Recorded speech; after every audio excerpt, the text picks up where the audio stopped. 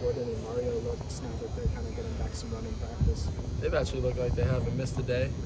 We said that in the meeting this morning with the cues when we were watching film of yesterday and them moving around and running. Look like they haven't missed a day, and they've been out for the past 2-3 weeks. So it's awesome to get them back. Just adds a little more weapons to the offense again, and can't wait to get out there with them. When did you first kind of see what Michael Jackson could do, like on the practice field? I know he was hurt for so long. Something before the season started. Something about Mike Jack is that he always works. He hated not being on the field, and you can see it. And so it's awesome to be able to get him the ball finally, and allow him to make plays and do what he does. It's been awesome, and I'm happy for him. Benny Wiley's obviously made a big impact, seems like, on this team. Coach Wiley? Yeah, helping change the culture. Yep. How has he helped you in particular, and what is it about him, I guess, that has helped kind of raise maybe the toughness of this team? Yeah, before we even got here, he helped me out a lot. We built a really, really good relationship. When I wasn't starting, I used to go in his office, we used to just talk because I needed somebody to talk to. I needed somebody to kind of get through what was going on at the time. And so I used to go sit in his office. We used to talk for about an hour and a half sometimes. He's a very relational person. He cares about everybody, all of us, and he's going to make you work. That's the whole point about him, building such a good relationship with his guys, that he's going to push you. He knows you enough so that he can push you to your limits, and that builds toughness. When you one of the things we say is training on the edge, and he helps out with that all the time. As a quarterback, how does it make your job easier when wide receivers are able to separate and beat the guy in front of them in the screen game? The screen game, it makes the quarterback's job so much easier if you can run the ball as efficiently as we have, and also be able to just pop a quick screen out there.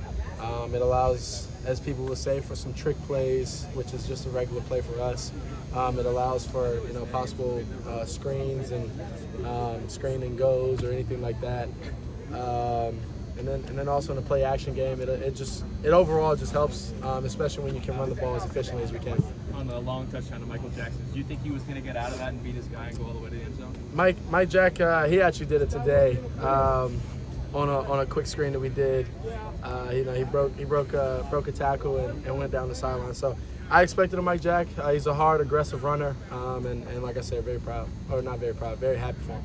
Dating back to your high school days, you've always been really careful with the ball, don't throw a lot of interceptions. What really are your keys to that? Are there types of throws that you try to avoid, or what do you do? No, just a lot of reps. Staying locked in throughout every play, every second throughout the drive.